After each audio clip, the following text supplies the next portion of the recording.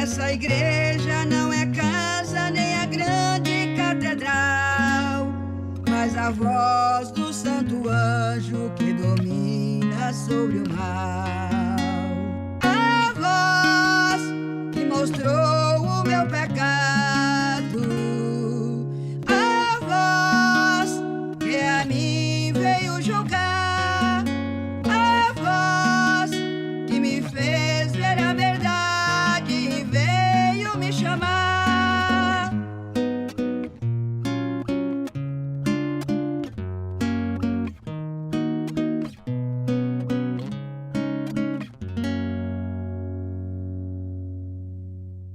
Nós estamos no canal Cristianismo e a Voz do Quarto Anjo. Estamos dando sequência ao tema Apocalipse, capítulo 1. E nós estamos aqui com a irmã Ana e o irmão Fábio, que irá explanar nesta noite uma parte muito importante do Apocalipse 1, a começar do verso 4, né, irmã? Uhum. Bom, uma boa noite a todos e a paz de Deus esteja conosco hoje nesse momento. Esse assunto de Apocalipse ele é muito profundo e muito importante. Por quê? Porque o Apocalipse se trata de revelação, de revelar a verdadeira identidade da Igreja de Deus na Terra. Nós mencionamos em João 4, verso, parece que 4, 24, onde o apóstolo diz assim, que Deus é Espírito e procura adoradores que o adorem em Espírito e em verdade. Tá. E Paulo, em Romanos 2, verso 28, ele diz assim, porque não é judeu o que é exteriormente, e nem é circuncisão o que é exteriormente na carne. Ou seja, a circuncisão e o sinal do crente, ele não se encontra exteriormente. Não se encontra em fórmulas, mas ele se encontra dentro do ser humano, ou seja, na alma e no espírito. Ou seja, o espírito na alma humana. O Espírito de Deus habitando no ser humano faz dessa igreja, então, uma igreja espiritual. Se não houver, por isso que o Jó falou que há um espírito no homem. Uma igreja pode ser, geralmente as organizações religiosas, elas são todas humanas. Mas existe aquela igreja que ela é espiritual, porque receberam o Espírito de Deus interiormente. Nós vemos o exemplo disso, e Paulo, ele também em Romanos 2, 29, ele diz, mas é judeu o que é no interior, e circuncisão é o que é do coração, no espírito, não na letra, cujo louvor não provém dos homens, mas de Deus. Ou seja, aí vemos agora aonde reside a verdadeira igreja de Deus. Quando Jesus subiu, ele disse a Pedro, Pedro, tu és pedra, e sobre essa pedra edificarei a minha igreja. Nesse momento ali, Pedro passava a ser uma casa espiritual, como ele mesmo escreveu em 2 Pedro 2, 5. Ele passava a ser uma casa espiritual, e agora, como casa espiritual, ele era a igreja de Deus. Ou seja, nenhum ser humano que não seja uma casa espiritual, ali está a igreja de Deus. E nós continuamos aqui um comentário de Atos, quando diz que antes de deixar os discípulos, Jesus assoprou sobre eles e disse, recebei o Espírito Santo. E disse-lhes, eis que sobre vós vos envio a promessa do meu Pai. Mas a graça foi dada a cada um de nós, segundo a medida do dom de Cristo. A graça. O que é a graça de Deus? A graça de Deus é justamente um ser humano receber o Espírito de Deus, e agora ele ser morada de Deus, e agora ele ser a igreja de Deus na terra. Você falou agora mesmo de Apocalipse, dos 7 espíritos que estão diante de Deus. Então, esses 7 espíritos, na verdade, porque Paulo disse assim, antes de deixar os discípulos, Cristo assoprou sobre eles e disse, recebei o Espírito Santo. Isso está em João 20, verso 22. Depois diz, eis que sobre vós envio a promessa do meu Pai. Lucas 24, 49. Mas a graça foi dada a cada um de nós segundo a medida do dom de Cristo. Ou seja, então todo crente ele tem por obrigação de ser morada de Deus em espírito. O Espírito de Deus, ele tem o Espírito de Deus. O que é o Espírito? O espírito é assim, como se fosse assim, é a vida do corpo. O espírito é algo que faz você sentir, ver e se mover, agir e fazer. A igreja, então, a igreja espiritual, ela começa com o novo nascimento. Com o novo nascimento. Com a geração da nova vida dentro do ser humano. Isso. Porque o homem, quando ele era, na inocência dele, no Éden, ele era assim. Né? Ele era homem espiritual. Isso. Então o pecado desfez essa condição e Cristo restaurou por meio da sua própria vida. Isso. Ele veio e morreu para isso. Tanto é que quando o homem no Velho Testamento servia a Deus, ele servia como homem, não com o Espírito de Deus morando nele, não como Deus, não como Espírito em verdade. Foi por isso que Jesus disse, então, arrependei-vos porque é chegado o reino de Deus. Isso. Essa chegada do reino de Deus era um ser humano, Jesus Cristo, sendo a habitação do Deus Todo-Poderoso na terra. E agora formaria outros como ele. É por isso que o Espírito do Pai estava no Filho. E agora, quem via o Filho, via o Pai. E agora, justamente também agora, quem vê a igreja de Deus, vê Cristo. Por isso que em Apocalipse 11 fala do Cordeiro, acho que é do Pai, do Cordeiro e do seu Cristo. Ou seja, não é que aquela pessoa é um Cristo, mas ele é um Cristo porque o Espírito de Cristo habita nele. Habita nele. Tá? E as mesmas obras que Jesus iria fazer na terra, hoje, na consumação da igreja, esse Cristo terá que fazer. E é por isso que o mundo hoje está envolto em milagres, muitos milagres. Porque Satanás sabe que aproximando o aparecimento desse Cristo, dessa igreja que estará atuando como Cristo na terra, não mais como o homem de Nazaré, como agora uma igreja triunfante, estará atuando com todas as maravilhas que Deus pode fazer aqui na terra através da humanidade. E o diabo, sabendo disso, aproveitou para fazer os milagres de tudo quanto é tipo, para confundir muita gente. Até eu gostaria de frisar e que a senhora ressaltasse, a senhora comentou que o recebimento desse Espírito é a mesma coisa que dizer que recebeu a graça. Isso. E hoje se tem uma... E essa graça, só rapidinho, a todos não é dado igualmente. Ela tem a medida da quantidade a cada um. Por isso que Eliseu, quando pediu a Elias, que ele pediu a porção dobrada do teu espírito, ele foi bem atribuído, porque Elias disse, dura coisa tu pediste. Tu pediste a porção dobrada, o quê? Elias já tinha espírito para valer, de Deus. Onde ele tocava, tudo acontecia como ele tinha que ser, como ele queria. Eliseu, então, as coisas iam ser bem mais ferventes. Porque hoje a compreensão de graça que se tem no mundo é de que a pessoa pode estar em pecado, mas ele está sobre a graça. Né? Ou seja, quando se vai falar a respeito de um berçário, uma alimentação, uma conduta diferente... Isso já perdeu o entendimento de Deus. A graça é o concedimento que Deus concede ao seu espírito, ou seja, a sua natureza, a sua maneira de agir, de fazer, de executar a um ser humano. E a esse, ele tem a graça. Os apóstolos tiveram a graça. E aqui, olha só. Mas a graça foi dada a cada um de nós, segundo a medida do dom de Cristo. Efésios 4, verso 7. Pode conferir lá. E repartindo o Espírito, particularmente, a cada um como quer. 1 Coríntios 12, 11. Então, quer dizer, o Espírito de Deus é repartido a cada um como Deus quer. Impressionante que no caso de Elias, ele otorgou a Eliseu. E nós vemos que muitos dos apóstolos, Paulo, a Timóteo, esse Espírito que Deus concede, eu não sei bem, mas até onde eu entendo, Paulo disse que ele tinha recebido diretamente de Jesus Cristo. Mas nós sabemos que Cristo otorgou a Pedro e Pedro provavelmente distribuiu aos outros. E todos tinham o dom de Cristo e a porção do Espírito. E ele assoprou, Jesus também assoprou sobre os discípulos. Naquele momento, ele otorgava a ele uma energia do seu Espírito, que era do Pai, que ele veio para isso nesse mundo, para fazer esses homens agora nova criatura em Cristo Jesus. E eles falavam o que Jesus falava, faziam o que Jesus fez, e infelizmente desceram à tumba como Jesus desceu.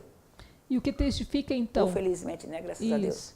E o que testifica, então, de que a pessoa recebeu a graça ou o Espírito de Deus, uma porção São dele. as obras de Deus efetuadas na terra através Ou seja, daquele o ser. mesmo caráter, as mesmas obras que Isso. efetuou Cristo e seus apóstolos, que soprou-lhes também o Espírito. Então, agora essa pessoa passa também a fazer. Isso, passa a fazer. Em 1 Coríntios 12, 11, nós vemos isso, repartindo o Espírito particularmente a cada um como quer. Tá? Estes dons já são nossos em Cristo, mas a posse real depende de nossa recepção do Espírito de Deus. Aí agora é que entra o processo de educação. Isso. À Ele medida- está à nossa disposição. Jesus morreu por nós para nos otorgar a qualquer um que queira, mas ele só vai ser otorgado àquele que realmente buscar de todo o coração e todo o entendimento. Então, não é uma mágica. Não é uma mágica. É um trabalho. processo de um É um trabalho, processo de um uma trabalho, uma educação. execução. É um feito que Deus trabalhou pela humanidade. Ou seja, tudo é trabalhado. Tudo é trabalhado. É por isso então que disse Paulo que a vereda do justo é como a luz da aurora que vai brilhando até se tornar Isso. um dia perfeito. Mas só que em Romanos 7, verso 14, nós vemos que a igreja, infelizmente, Deus chamou Pedro, vou dar um exemplo. Jesus chamou Pedro e disse, Pedro, tu és pedra, sobre essa pedra edificarei a minha igreja. Ou seja, outorgou Pedro o mesmo espírito dele, a Pedro. E agora Pedro teria, se ele quisesse, ele poderia executar. Tanto é que Pedro curava, Pedro expulsava os demônios, Pedro levantava paralítico. Nós vemos um exemplo disso, foi na porta de uma sinagoga que ele passou, ele olhou para um paralítico, ele pediu esmola a ele disse, eu não tenho ouro nem prata, mas o que eu tenho eu te dou. Levanta, toma a tua cama e anda. E Pedro o paralítico, tinha Cristo. Pedro tinha Cristo, tinha o poder de Cristo dentro dele, A vida. a vida. E ele podia agora otorgar. Pedro era a igreja de Cristo na terra. Mas o problema é que se Pedro não caminhasse de acordo com os dons que Deus concedeu a ele, Pedro poderia perder esse espírito. Sabia disso? Que poderia perder esse espírito? É por isso que Paulo lá em Efésios falou bem claro, não apagueis o espírito. Não extingueis as profecias e não apagueis o espírito. Ou seja, a igreja de Deus começou caminhando no cavalo branco lá atrás, com esse espírito que ela recebeu dos apóstolos, e veio, mas infelizmente com as guerras, confusões, nós vamos ver depois no capítulo 2 de Apocalipse, cada período de cada igreja, mas graças a Deus que mesmo nos 7 períodos, teve 7 espíritos que esteve na presença de Deus. Esses 7 espíritos não conseguiu fazer a igreja vencer, mas eles estiveram, que foi justamente os 7 anjos dos 7 períodos da igreja de Deus na terra. E hoje o último anjo desce, ele recebe o dom de Cristo para outorgar esse espírito, aquele que Cristo fez pelos apóstolos, outorgando o espírito, e naquele momento, esse espírito, um desses 7 espíritos, também outorga aos apóstolos, a última igreja, que é humana, a última igreja recebe esse espírito para triunfar e ser a igreja triunfante. No livro Enigmas da Bíblia, na página 24, e nas páginas 24 e 25, tem um texto que diz que, embora nesse tempo não seja como no tempo de Adão, que quando ele permanecia na inocência, em que recebia a orientação direta de Deus, mas Deus nunca deixou a sua igreja sem um representante divino. Nunca deixou. E agora a senhora citou esses 7 anjos que estiveram perante Deus durante esses períodos das Chamada 7 era igrejas, cristã. chamada era cristã. Então isso significa que a igreja, que Deus nunca deixou de assistir o seu povo e o Espírito de Cristo nunca Sempre deixou esteve de se presente. manifestar. E é por isso que é legal, tipo assim, que um semelhante ao Filho do Homem andando no meio dos 7 castiçais. Os 7 castiçais, na verdade, são os 7 espíritos. E aqui, pega Romanos 7, verso 14. Essa igreja, que ela é espiritual, quando ela perde o Espírito de Deus, ela passa a ser carnal e vendida à escravidão do pecado. É por isso que a maior parte dessa igreja, ela se torna os filhos, principalmente os filhos, se torna a Babilônia, que é onde passa a ser morada de chacais e toda a espécie de aves imundas e aborrecível. Em Romanos 7,14, o apóstolo Paulo disse, porque bem sabemos que a lei é espiritual, eu, todavia, sou carnal, vendido à escravidão do pecado. Ou seja, quando o homem ele não manifesta a graça do Espírito, ele manifesta a desgraça do pecado. Do pecado. E essa característica ela está presente mesmo onde se diz igreja. Igreja. Sendo carnal. Mas justamente na igreja, não tem como habitar a igreja, fazer a igreja não ser de homem carnal. Desde que entrou o pecado no mundo, a igreja de Deus era estabelecida sobre o homem carnal. Por isso que a luta é muito grande. Paulo disse, aquele miserável homem que sou, que me levar do corpo dessa morte. Ele disse, aquele que eu quero fazer, eu não faço, o que eu não quero, eu faço. O combate que Paulo bateu de contra si mesmo, foi bastante conflitante e bastante assim, como se dizer, renido, muito renido. Certa feita Jesus disse aos fariseus, se vocês fossem cegos, né, aí tinha alguma condição de misericórdia para vocês, falando com minhas palavras. Mas agora que vocês dizem que vê, então subsiste o vosso pecado.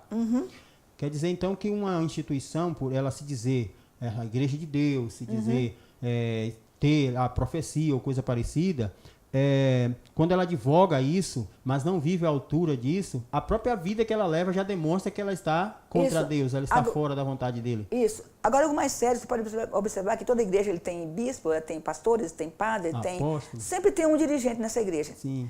Pela linhagem de profética, esse dirigente seria o dom que Deus escolheu para otorgar o Espírito e fundar, estabelecer aquela igreja nos outros seres humanos. O apóstolo Paulo disse que aqueles a quem ele se ensinava era o selo do seu apostolado. Isso. Então, se essa igreja ela não manifesta o Espírito de Cristo, significa que o cabeça... Agora, o maior sério de tudo é que Cristo ele veio aqui para ensinar, para redarguir, para corrigir. Mas se uma igreja é estabelecida e todos se julgam que já tem o Espírito de Cristo, que não precisa ser ensinado nem corrigido, então essa igreja está em mau lençol. Ela não tem como crescer, não tem como desenvolver, e ela vai perder, por fim, ela perde a salvação. Porque Deus não dá uma experiência a um crente fora da experiência da igreja. Porque na verdade a igreja, ela começa, vamos supor, usando a lógica Pedro. Ou seja, Pedro teria que ser o dirigente que estaria ensinando a todos. Ou seja, todos pregarão o evangelho, mas todos pregarão o evangelho de acordo com o Espírito que está em Pedro. Isso é tão certo, só a título de fazer um paralelo, Moisés ele recebeu ali o auxílio de 70 homens, não é? E ali a palavra diz que aqueles 70 homens tinham o espírito de Moisés. O espírito de Moisés foi retirado e passado para esses 70. Então isso mostra que aquela vida que Deus quer transmitir para o seu povo, ela parte de uma só fonte. Isso. Olha só, o rio tem uma nascente, não tem várias nascentes. Ele pode ter vários braços. Isso, mas uma nascente é única. 1 Coríntios 14, 37, Paulo diz, se alguém cuida ser profeta ou espiritual, reconheça que as coisas que vos escrevo são um mandamento de Deus. Por isso fala dos 7 espíritos que dirigiam a igreja, um espírito para cada período. Ou seja, que Paulo disse, um exemplo de Paulo, 1 Coríntios 14, 37, se alguém cuida ser profeta ou espiritual, ou seja, esse homem espiritual é que passa o espírito para os outros. Ou seja, Paulo chegou numa igreja e começou a pregar. Bom, se você tem aqui alguém que é espiritual ou é um profeta, você vai me entender. Você vai saber que eu também sou. E que o Espírito de Cristo fala por mim. Que o Espírito de Cristo fala por mim. Então, Jesus falou assim, as minhas ovelhas ouvem minha voz. Um homem espiritual, ele identifica um outro espiritual. Mas, geralmente, o Espírito de Deus, ele é confundido por muita gente. Ele não é entendido por ninguém, por quase ninguém. Tá? E ele compreende todas as coisas. Porque se as obras do homem espiritual, elas são espirituais, logo os que são carnais não as compreendem. Nunca, na verdade, nunca as viram. Né? Por exemplo, quando Cristo esteve na terra, Simeão e Ana no templo reconheceram. Né? João Batista reconheceu. Mas por quê? Porque eram homens espirituais. Nas 7 igrejas, no 7 períodos, todas elas tiveram um nome significativo de acordo com o espírito que emanava dentro daquela igreja, naquele período. Na igreja de Éfeso, os comentadores geralmente falam que a igreja de Éfeso quer dizer desejável.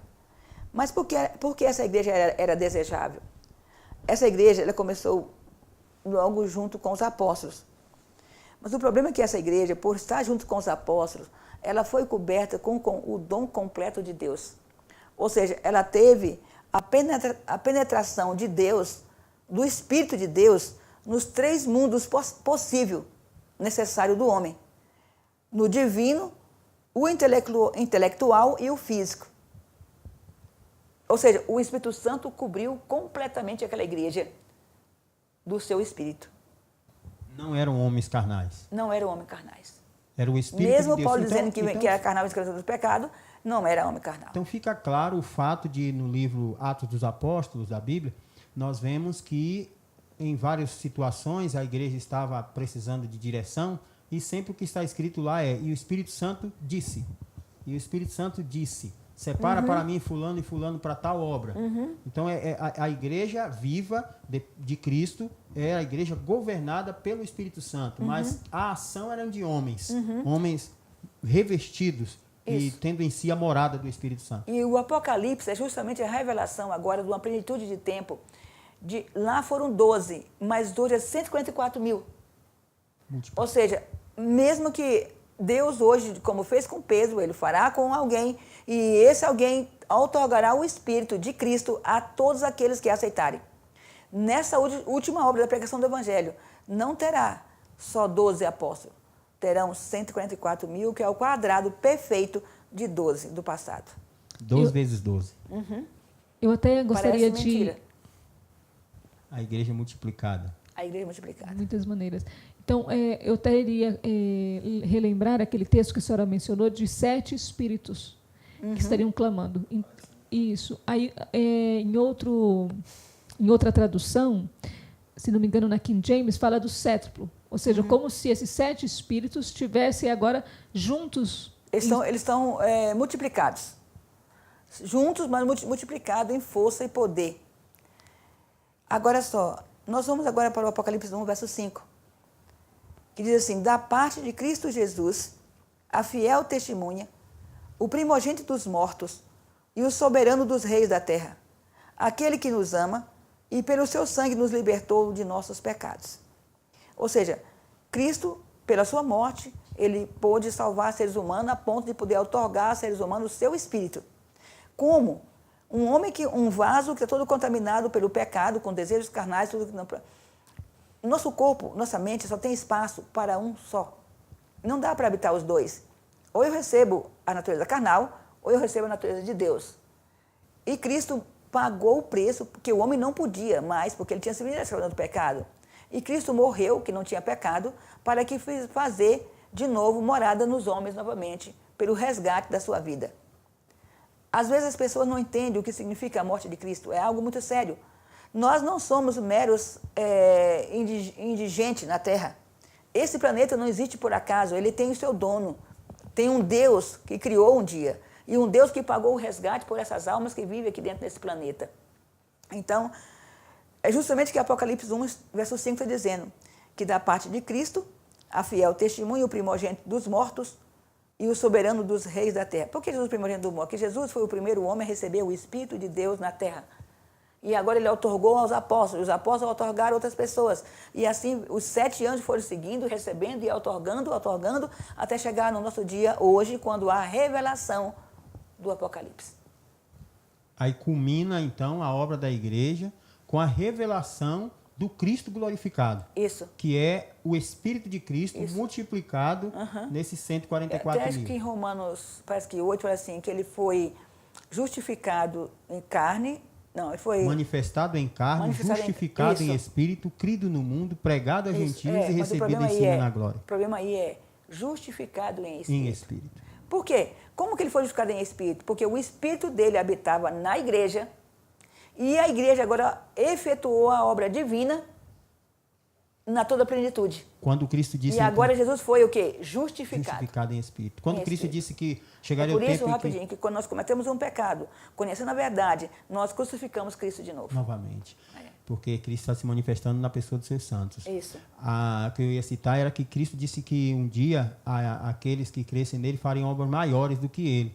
Esse mérito não é do homem, não é? Não é do homem. Esse mérito é do próprio Cristo, no caso. Porque, no caso ali, Cristo era um só. E como um homem, ele não podia estar em todos os lugares ao mesmo tempo. Mas ele outorgando o seu espírito, a sua igreja, em vários cantos da terra, ele poderia estar presente. Então, nesse caso, essas obras maiores é do próprio Cristo. Isso. Só que agora em espírito. Em espírito. E ele diz assim, onde tiver 1 ou 2 no meu nome, ali eu estarei. Onde tiver 1 ou 2 no meu espírito, ali ele estaria. Por isso também ele disse, estarei convosco todos os dias. Até a consumação do século. O mundo não vos conhece, mas o Espírito de verdade vocês conhecerão. Então, quando nós formos estudar sobre a volta de Jesus, que é um assunto que ainda nós vamos falar com certeza, nós vamos precisar entender bem esse ponto agora. Porque se Cristo se manifesta pelo Espírito em sua igreja, através desses homens espirituais, nós precisaremos compreender o que significa essa volta de Jesus. É isso aí que é o grande engano. Por quê? Porque as pessoas falam assim, todo mundo fala, Deus falou comigo. O Espírito Santo falou comigo, mas Deus não trabalha assim. Precisamos conhecer muito bem a palavra de Deus. Deus escolhe um dirigente. Por isso que o Papa, ele acha que ele é o Filho de Deus na Terra. Chamam ele de Papa. E tudo que Deus tiver de falar será falado por intermédio do Papa. E outra coisa ainda, em Amós 3,7 diz bem claro, porque Deus não faz coisa nenhuma sem revelar aos seus servos, os profetas. O modelo disso aí que a senhora falou da Isso. Igreja Católica é perfeito, o Espírito é que não é. Exatamente. Então, quer dizer, toda igreja verdadeira, ou seja, o mundo inteiro, ele querendo ou não querendo, se Deus falasse a todo mundo na Terra, isso é uma lógica, não precisava de estabelecer uma igreja na Terra. A igreja de Deus na Terra, ela é a embaixada de Deus, pelo qual Deus fala através dela. Se Deus falasse com todos, a Terra seria o Éden. Isso. Agora, só que as pessoas hoje, com tantas falsas igrejas, com tantos falsos caminhos, elas não reconhecem mais a Deus. A jactância, o orgulho, a inveja, o espírito maligno tomou conta da terra, os 3 espíritos imundos de Apocalipse tomou conta da terra. E as pessoas hoje, é muito difícil alguém reconhecer Deus hoje na humanidade. Porque o desrespeito, antigamente filho respeitava pai, hoje não respeita mais, criança, jovem respeita os mais velhos. E se esse mais velho for se for um servo de Deus, se tiver um profeta hoje na terra, quem vai respeitar ele? Ninguém vai mais respeitar. Essa é a intenção no final da história. Então, o que vai acontecer? Para que o povo respeite a Deus na terra hoje, é necessário que Deus comece, então, a soltar as calamidades no mundo. Caso contrário, não vão respeitar. Na verdade, o homem terá que ver que Deus existe por causa da manifestação do seu poder. Exatamente. Só que a manifestação do poder de Deus agora, nas calamidades, como a senhora fala, já será um ato de vingança, não é? Não só de vingança, mas também um meio pelo qual ele vai salvar alguns. Porque serão poucos, que a multidão dos perdidos é como a areia do mar. Mas os que são salvos, principalmente aqueles que estarão com o Espírito de Deus. Porque no final fala assim, e a terra passa a ser dos santos, do povo dos santos do Altíssimo. Ou seja, esses santos do Altíssimo, os que receberam, que foram morados do Espírito Santo, que pelo qual foi a igreja de Deus na terra, que transformaram outros como igreja também, como ser filho de Deus, esses herdarão a terra e terão um povo. Porque eles serão reis e sacerdotes com Cristo, reinando para toda a eternidade. E fizeste para si uma nação de reis e sacerdotes. Isso, e reis e sacerdotes. É muito profundo. Então, nós vamos aqui no Apocalipse 5, verso 1, verso 5, falando que da parte de Cristo. Então, Jesus deu para perceber o que é ser da parte de Cristo? É literalmente você possuir o Espírito de Cristo e Cristo falar através daquele ser humano e você não saber que é ele ou identificar que é ele. E se você levantar contra ele, você vai perder a salvação. E se você aceitar, você pode ter a salvação. Mas também não é só o Espírito de Cristo que fala hoje. Satanás também trabalha da mesma maneira, com o Espírito atuando em falsos profetas. E também vão falar e vai levar também muita gente com ele. Irmã, antes de conhecer a verdade do Evangelho, eu participei de diversas denominações religiosas, onde as pessoas elas têm uma prática de, no final dos cultos, geralmente os cultos de domingo, são cultos chamados culto público, eles fazem um apelo chamando as pessoas à salvação, na linguagem deles. E dizem que as pessoas precisam aceitar a Jesus como seu único e suficiente Salvador. Esse recebimento de Cristo, quando se trata da verdade, ele então é o fato de alguém que está chamando alguém à salvação, ele deve ter o Espírito de Cristo nele para poder otorgar a outra pessoa. Então, se eu convido alguém para o Evangelho, quando Pedro disse que eu tenho, eu te dou, de Deus, um Espírito de Deus para transmitir para aquela pessoa. Para aquela natureza humana pecaminosa, vendida à escravidão do pecado, ela precisa ser, então, agora trocada pela natureza de Cristo. Isso. Por isso, Paulo disse a Timóteo, desperta o dom que há em ti, o qual te foi dado pela imposição da mão do presbítero. Isso. Então, neste caso, a Igreja de Deus é constituída de homens que foram comissionados por Deus, através de um mensageiro, para outorgar às almas a dotação do Espírito, o dom celestial. O dom celestial, essa transformação. E... Irmão, o que consistiria esse dom que é outorgado a outra pessoa por meio da fé? É como eu acabei de falar agora. Deus é Espírito. É como se Deus pegasse uma parte de si e outorgasse numa pessoa. E essa pessoa agora, por imposição de mão, reparte a outra. Esse é o mistério que Paulo falou, esse é o mistério da redenção. Que Paulo falou assim, Cristo em vós, isso, a esperança da glória. E Paulo disse assim, filhinhos, por quem de novo sinto dores de parto até que Cristo seja formado em vós.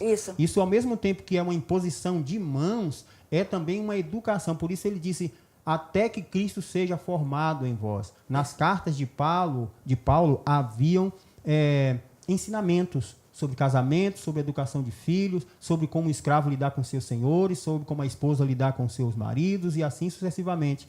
Então, Paulo transmitiu um ensinamento que era o caráter de Cristo em forma de normas, de leis, de regras que simbolizavam esse espírito em forma de palavras. Isso.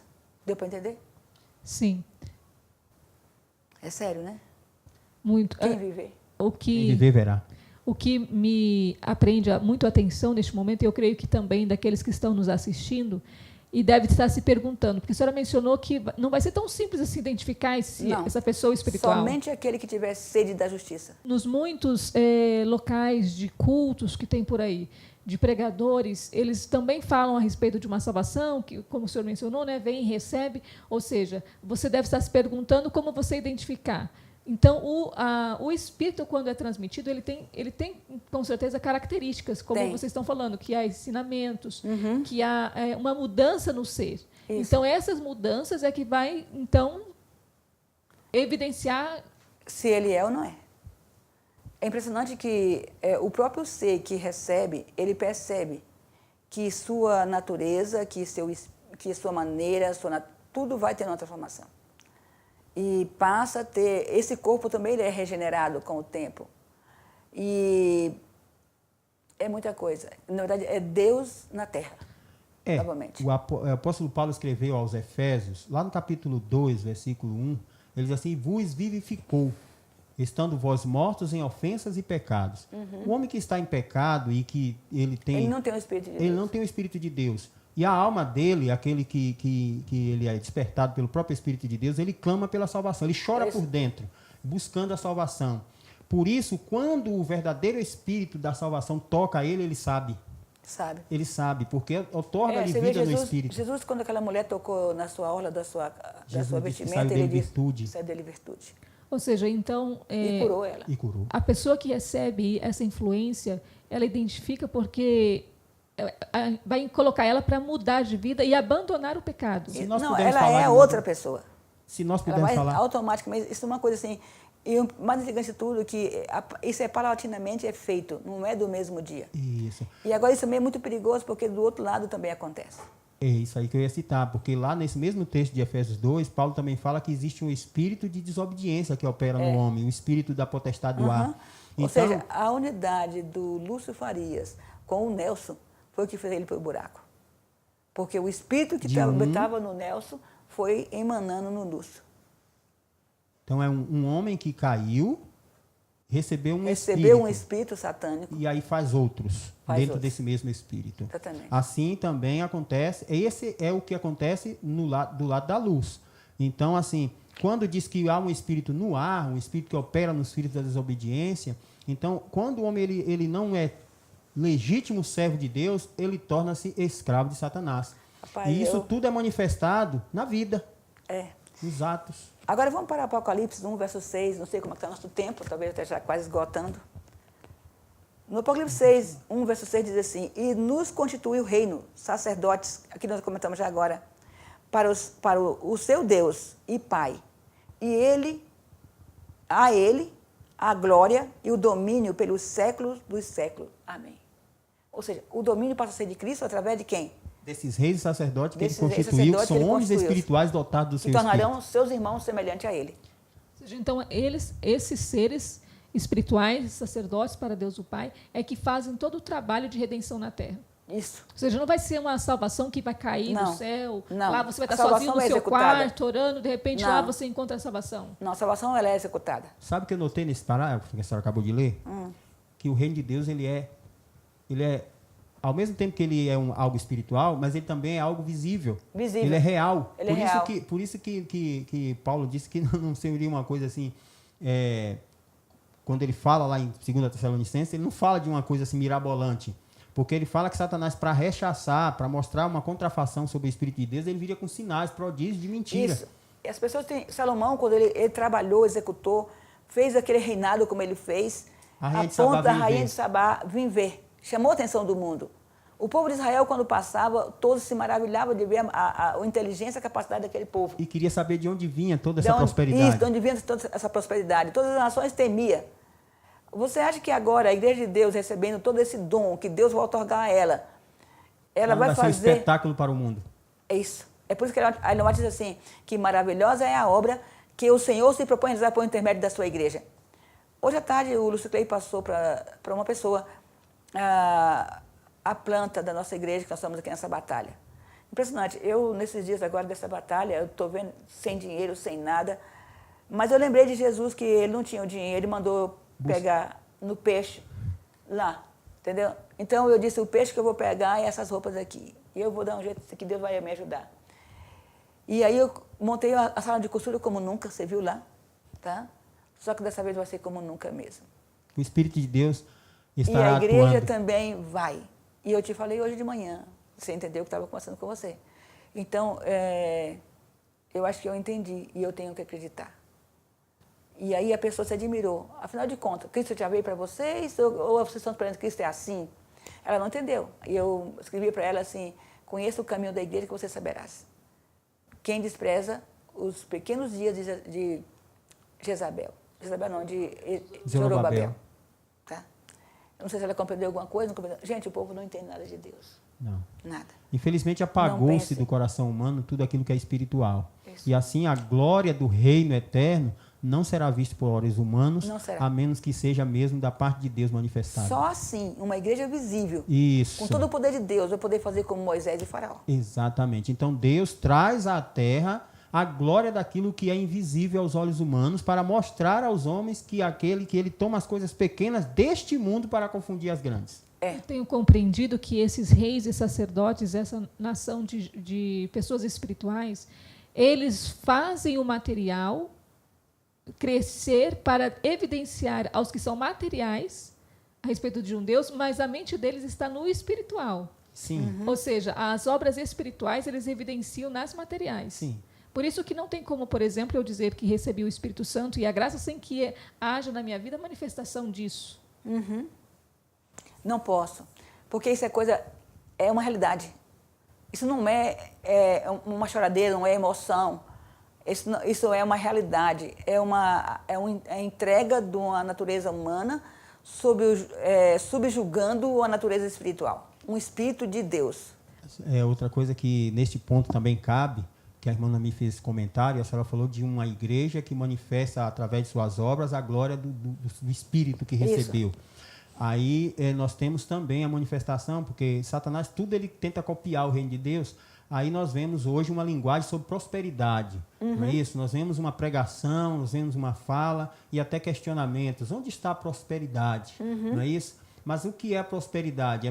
Pelo caminho que a irmã Noemi acabou de citar. Deus, então, pelo seu Espírito, outorga ao seu povo a capacidade de usar as coisas materiais para a glória de Deus. Só que hoje a prosperidade que se vê é as igrejas cheias de pessoas buscando seus carros, suas grandes empresas, eles seus não entenderam. lucros, né? É claro a glória é do homem, não de Deus. Isso, a glória é do homem. Só que tem uma coisinha, a igreja de Deus, quando ressurgir também, acredito eu, talvez em coisas pequenas, simples, mas muito profundas. E autênticas, significativas, e obras pelas quais as outras, com todas as pompas, não terão. A senhora mencionou a respeito de um texto, que a senhora leu um comentário, né, que dizia a respeito de que a igreja de Éfeso era recebimento de um espírito que emanava no homem físico, intelectual e no divino. No divino. No espírito. Aí o que me vem à mente é que, então, por exemplo, para que o Espírito Santo tomar posse do intelectual se isso não fluir em frutos? Para que também tomar posse de um corpo, de um físico, né, mortal, se não for para torná-lo imortal? Imortal. Então, por isso que Paulo fala bem claro que quando o imortal se revestir, aliás, quando o mortal se revestir do imortal, ou seja, ele deixa bem claro que esses todos serão transformados no piscar e fechar de olhos. Essa é a manifestação total do Espírito de Cristo. E é um versículo que confunde muita gente. As pessoas pensam que um piscar e fechar de olho num instantâneo, numa mágica. Não, é um trabalho bem árduo. Não esquecendo que esse abrir e fechar de olhos acontece de modo instantâneo, de entendimento. Né? Uns que abrem o entendimento pela ação do Espírito Santo, outros que fecham. Isso é abrir e fechar olhos. E esses olhos que serão abertos... Nós temos agora o capítulo 1, o verso 7 do capítulo 1. Também é um verso bastante profundo e bastante interessante, significativo para nós que vivemos nesses últimos dias. Infelizmente, nosso tempo já foi, fica para a próxima gravação. Não perca que o capítulo 1 do Apocalipse, no versículo 7, Começa é a falar muito sobre a volta de importante. Jesus. Muito importante mesmo. E uma boa noite a todos. Então, você que aguarda a breve volta de Cristo, não perca o próximo estudo.